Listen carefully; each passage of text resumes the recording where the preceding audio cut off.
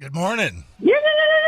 Live action. Turtle Man at your service. Folks, I've got Ernie Brown Jr. on the phone with me here. You might better know him as Turtle Man. You had Animal Planet's Call of the Wild Man show. That's where I discovered you. Yep, that's the Wild Man. Yay! I've been keeping up with you on your YouTube show, Turtle Man's Hunt for Bigfoot. I want to dig deep. I'm sure you've told the story more than a few times, but if you don't mind, I'd love to go over it with you again. When did you first encounter Bigfoot? Well, when I first encountered Bigfoot when I was 9 years old, and I was squirrel hunting, and learned how to hunt on my own. You know, my dad done taught me the basics and everything. So, and I was just a kid, you know, loved squirrel hunting. I was there at daylight. This was in Kentucky, right? Yeah, this was in Kentucky. It was about dusk daylight, about 6:20, probably 6:30, and enough daylight to see shadows and stuff, but the squirrels hadn't come out yet. And I kept hearing this thing like, "Rrr, rrr." It was shaking trees, breaking branches, and I was sitting there just like, what in the world is this? Somebody trying to scare me or something?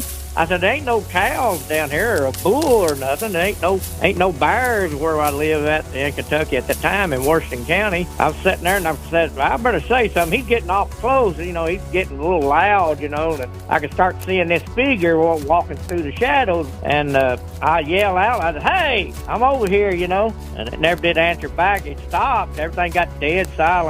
And I yelled back again, hey, I'm over here now. I'm going to squirrel hunt this woods. I said, I don't know who you are, but you're not welcome here. About that time, this thing roars out.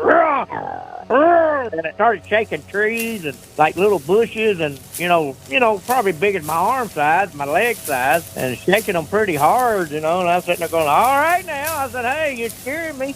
And my dad says don't never shoot at anything unless you know for sure, you know, especially, you know, safety first to make sure it ain't a person. And he's done stepping a step further, you know, like he's getting in my turf, you know, in my face. At this point, did you know what a Bigfoot was? I've only read little books about it at school, you know, people told me about it, my friends, and never thought of seeing nothing, you know. But I was at that point at that time like, oh my gosh, this thing is, something is right here, and it ain't a bull. And it ain't a bear. So I'm sitting there getting scared about a second, and I said, all right, now I'm going to shoot.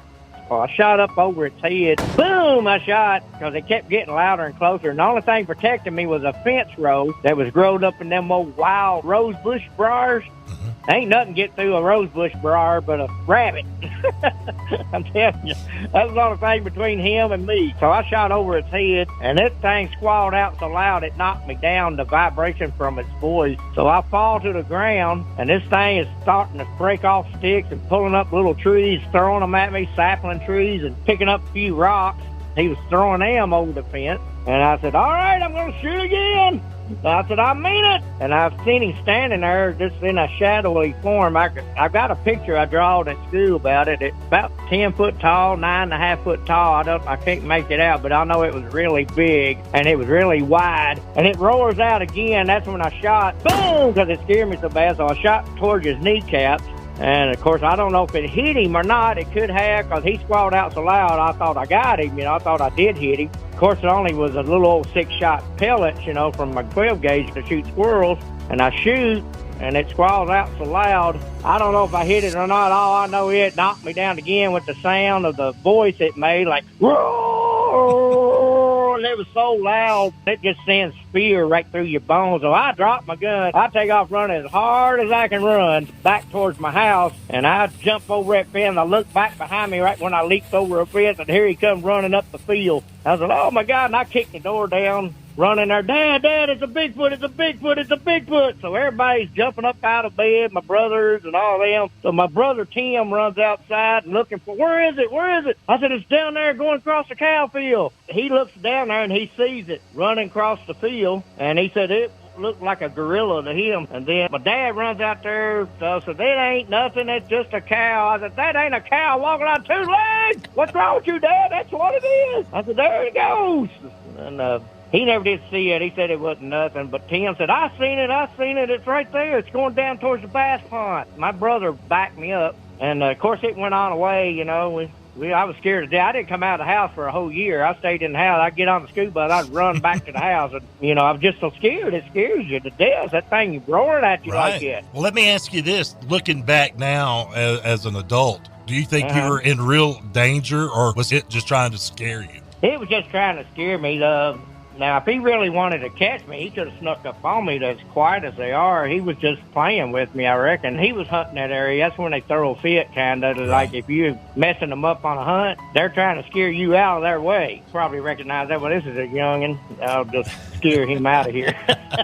He'll scare very easily, you know. I was scared for a whole year until the next year. My birthday was coming up, and it was near Easter. And my daddy spoke up and said, now, boys, if y'all find any pink chicken eggs in the bed, you know, Ernie Jr. laid them. From that day forth, I never was scared again at nothing. Not a Bigfoot, not anything. The only thing I am scared of is hurting my fans. You know, I want all my fans to see me. That's the only thing I'm scared of. I'm not going to get to see all my fans. Well, over the years, have you talked to other people in Kentucky or anywhere that had encounters with Bigfoot? My daddy finally seen a Bigfoot. Well, he was going fishing one day. He never told me this till when he was passing away in the hospital. He finally told me. Him and Mom sat there and told me that you was right about that Bigfoot, Ernie Jr. I saw that thing, and I just want you to know that I seen it, and I was kind of scared myself. I didn't want to ever tell you. I didn't want to get you scared again. Remember the bass pond? I said, yeah. He said, I was going over there fishing, and it was getting a drink of water over there under the tree. It was under there getting a drink of water, and he said he walked up over the hill, and there it was sitting there, and he said, I kind of just backed off towards the house, and I didn't tell you about it because I didn't want to scare you again. I said, well, you ain't scared me now. But he did actually see it. And then I've had people, Squirrel Brady, he said he seen it. He almost ran over it. He said him and his wife was going to town. It jumped across the road in front of them. They slammed on the brakes. That's how close it came. And it said it made 3 leaps, like boom, boom, boom. And it was over to another fence going up across a biker patch, he said. I've met a lot of people that's seen it. I've had people say, you need to come down here this way and down towards the end of Kentucky where all the mountains are. I said, you hear things in them valleys down in there and up in them mountains that make your hair stand up. I said, well, I'm going to head down that way. Yay! This is Turtle Man. You're listening to the Gator Man Show live action, and it's crazy, baby.